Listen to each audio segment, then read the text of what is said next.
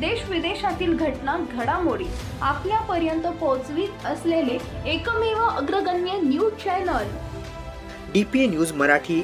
शोध सत्य बातमीचा.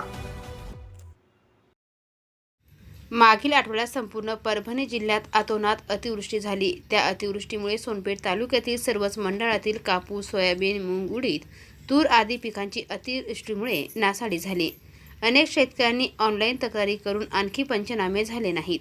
शेतकरी संकटात सापडला आहे. सध्या सणासुदीच्या वेळी शेतकरी संकटात सापडला आहे. तरी लवकरात लवकर शासनाने पंचनामे करण्याचे आदेश द्यावेत. तसेच नुकसान भरपाई तातडीने द्यावी. गंगाखेड ते परळी राष्ट्रीय महामार्ग 361F वडगाव फाटा नाली न काढल्याने आजूबाजूच्या शेतात पाणी साचून पिकांचे नुकसान झाले आहे. रस्त्याच्या कामात संबंधित ठेकेदारांना कुचराई केल्याने शेतकऱ्यांच्या पिकाचे जास्त नुकसान झाले. त्यामुळे आपण आपल्या माध्यमातून ठेकेदारांवर योग्य ती कार्यवाही करावी.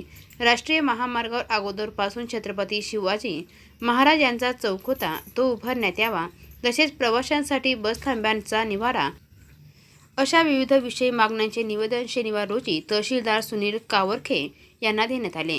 या निवेदनावर सामाजिक कार्यकर्ते रामेश्वर प्रभाकर बचाटे, दीपक बचाटे, रामेश्वर काशीनाथ बचाटे, तुकाराम बांगे, त्र्यंबक बाळस्कर, रामेश्वर शिवाजी बचाटे आदींच्या स्वाक्षऱ्या निवेदनावर आहेत.